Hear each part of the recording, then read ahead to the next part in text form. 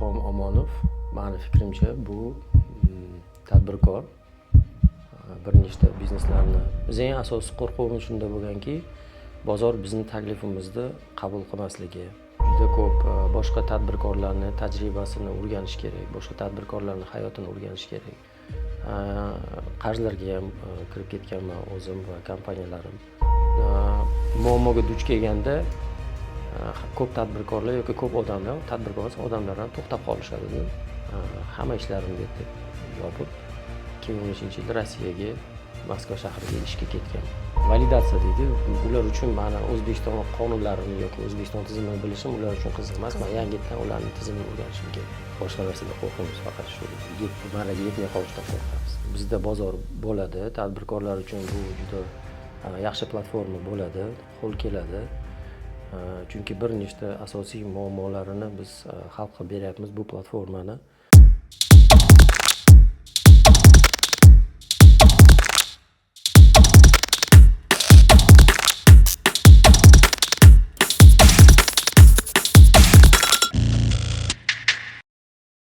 Va alaykum assalom. Xo'p bo'ladi. Ilhom Omonov kim? Ilhom Omonov, mani fikrimcha bu tadbirkor, bir nechta bizneslarni yo'lga qo'ygan, bir necha marta qoqilib tushib bankrot bo'lgan tadbirkor deb aytsak bo'ladi. Aynan qanday biznes faoliyati bilan shug'ullanasiz? Bugungi kunda biz partnyorimiz bilan birga bigmart.uz degan marketplace ochganmiz.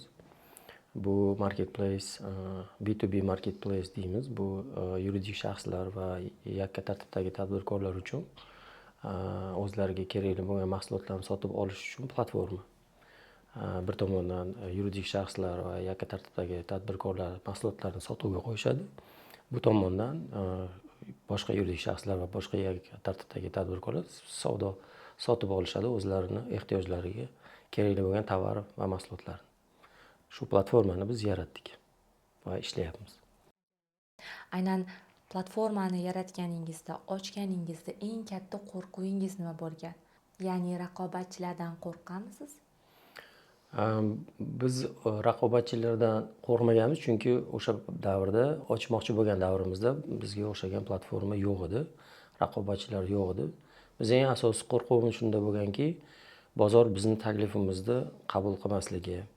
Tashkilotlar, bizga o'sha bo'lajak klientlarimiz bu servisni va bu taklifni qabul qilmasligi. O'shanda bizning biznesimiz yurmay qolishi mumkin degan qo'rquvlar bo'lgan. Lekin biz boshqa mamlakatlarda, dunyoning boshqa chetlaridagi bo'lgan shunga o'xshash bo'lgan proyektlarni analiz qilganimizda bildikki, bizda bozor bo'ladi, tadbirkorlar uchun bu juda yaxshi platforma bo'ladi, qo'l keladi. Chunki bir nechta asosiy muammolarini biz hal qilib beryapmiz bu platformani yo'lga tushirib. Analiz qilganmiz, qo'rqmaganmiz. Maksimal o'sha risklarni hisobga olib, qulaylikni ko'proq yaratish yo'nalishida tashkilotlar uchun qulay bo'ladigan servislarni, funksiyalarni mujassam qilmoqchi bo'lganmiz platformada. Va bugungi kunda shuni qilib kelyapmiz.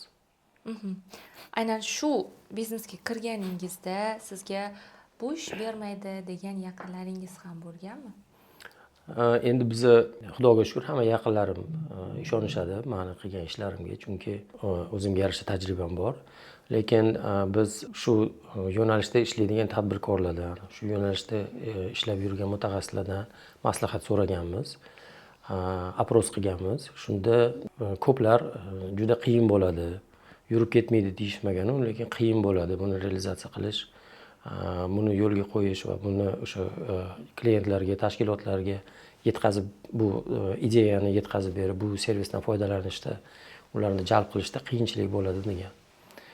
Shunga qaramasdan, tadbirkorlik o'zi shu risklarga ko'z yumib ishlaydigan odamlar hisoblanadi. O'shaning uchun biz ko'z yumib, yaxshi niyat qilib qilganmiz. Ishlashni boshlab o'rganmiz. Ilhom Omonovni biznesdagi eng katta qo'rquvi nimada? Bizlar o'ylagan endi bitta o'zimiz komanda bilan biz o'ylagan marralarimizga yetmasligimiz, qo'ygan maqsadlarimizga yetmasligimiz yoki yetish uchun kerakli bo'lgan mehnat, kerakli bo'lgan kuchni, g'ayratni bermasligimiz va shuni natijasida kompaniyamiz rivojlanmay qolib, yopilib ketishidan qo'rqaman. Agar Xudo vaqt berib, sog'lik berib, sharoit yaratib berilsa, biz boshqa narsadan qo'rqmaymiz, faqat shu marraga yetmay qolishdan qo'rqamiz. Vaqtdan yutqazib qo'yishga qo'rqamiz. Konkurentlar oldinga ketib qolib, biz qanaqadir yangi narsalarni, g'oyalarimizni realizatsiya qila olmasligimizdan qo'rqamiz. Men o'zim shundan qo'rqaman, men o'ylayman, komandam ham shundan qo'rqsa kerak. Aynan noldan boshlagan paytlaringiz haqida gapirib bersangiz, noldan necha marta boshlagansiz va uni qanaqa qilib yengib o'tgansiz? Qarzlar?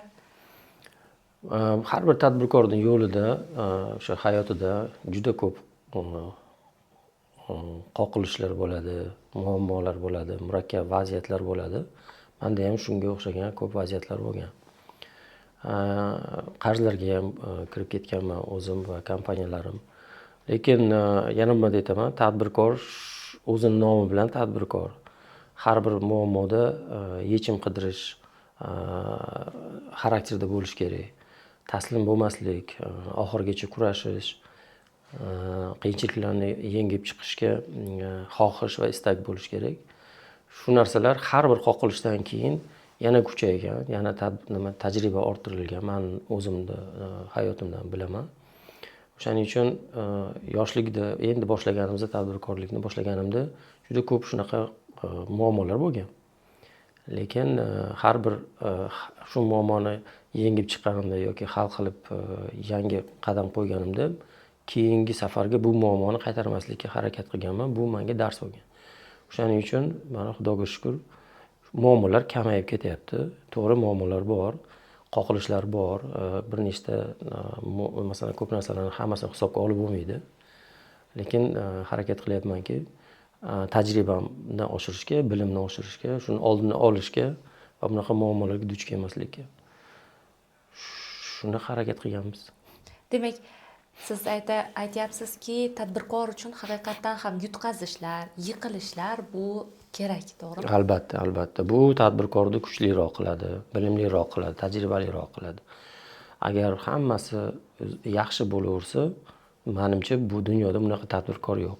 Balkim bordir, bilmadim, lekin men atrofimda qancha partnyorlar, qancha tanishlar, qancha tadbirkorlarni bilmasam, hammada vaqt soat kelganda qanaqadir muammo bo'ladi, qanaqadir o'sha qoqilishlar bo'ladi. Eng kuchli tadbirkorlar shu qoqilishlarni, shu muammolarni yengib chiqishi bilan kuchli bo'ladi. Yengib chiqmasa, bu odam keyinchalik tadbirkor bo'lmaydi. Tadbirkor o'z so'zi bilan shu muammolarni hal qiladigan odam hisoblanadi. Meni o'ylashimcha. Demak, tadbirkor yiqilishlarni orqasidan kuchliroq bo'ladi. Haqiqatdan ham mana hayot yoki tadbirkorlikni kuchayishi yutqazgan joydan boshlanadi, to'g'rimi? Shunaqa desak ham bo'ladi, ha. Birinchi tadbirkorlik faoliyatini boshlagan Ilhom Omonovga hozirgi Ilhom Omonov qanday maslahatlar bergan bo'lardi? Yaxshi savol. Birinchi navbatda menimcha bilim orttirish kerak. Juda ko'p iloji boricha juda ko'p kitob o'qish kerak. Juda ko'p boshqa tadbirkorlarning tajribasini o'rganish kerak, boshqa tadbirkorlarning hayotini o'rganish kerak va atrofdagi bo'layotgan yangiliklarga odam ochiq bo'lish kerak. Chunki hozirgi zamonda juda ko'p informatsiya bor, juda ko'p o'zgarishlar bor. Meni birinchi tadbirkorlik qilish vaqtimda ham shunaqa zamon bo'lgan, tez o'zgaruvchan bo'lgan. Teoretik bilimim yetmaganligi sababi, tajribam yetmaganligi sababli ko'p muammolarga duch kelganman. Hozir o'ylaymanki, agar bilimim bo'lganda, o'zim yo'nalishimni yaxshi o'rganganimda, nima deydi, inglizlarda gapi bor. Devil in details deydi, diyavol в деталях. Shularni agar sinchiklab ichiga shu har bir muammoni ko'rib, o'rganib va shu yo'nalishda yaxshi o'zim tanlagan yo'nalishimni yaxshi o'rgansam, muammolar kam bo'larmidi deb o'ylayman. O'shaning uchun iloji boricha yoshlarga shunaqa taklif berardimki, maslahat berardimki, yo'nalish tanlashdimi, o'sha yo'nalish bo'yicha juda ko'p izlanish qilish kerak, kitob o'qish kerak, o'rganish kerak. Hozirgi kunda informatsiya olish kanallari juda ko'p. YouTube bor, internet bor, искусственный intellekt bor. Mana shu kanallardan ko'proq informatsiya olib, ko'proq chuqurroq o'rganish kerak. Shuni maslahat berardim o'zimga birinchi boshlaganimda tadbirkorlikni. Tadbirkorlik faoliyatingizda bo'lgan 3 ta eng katta xatoni, ya'ni qaysi xatolarni qilmaslikni maslahat bergan bo'lardingiz? O'sha boya birinchi aytganimdek, o'z yo'nalishiga, tadbirkorlikni tanlagan yo'nalishini hamma taraflama o'rganish kerak. Hisob-kitobni albatta o'rganish kerak. Excel degan fayl bor. Shu Excelni yodlab olish kerak. Excelni bilmasa, хотя бы kalkulyatorda o'rganib olish kerak. Uchinchisi, har doim izlanuvchanlik, xarakterda izlanuvchanlik bo'lish kerak. Chunki muammoga duch kelganda ko'p tadbirkorlar yoki ko'p odamlar, tadbirkor emas, odamlardan to'xtab qolishadi-da. Nima qilishni bilmay qolishadi. Agar o'sha izlanuvchanlik bo'lsa, o'sha ichida o'zining ichida o'sha savollar berib, qanaqa qilib shu muammoni hal qilishim mumkin degan savollarni berib, o'sha savollarga javob qidirsa, u tadbirkor qancha muammoga duch kelmasa ham hamma muammoni yengib ketadi. Chunki har bir muammo bir tomondan muammo, ikkinchi tomondan o'zbekchasi bilan возможность deydi.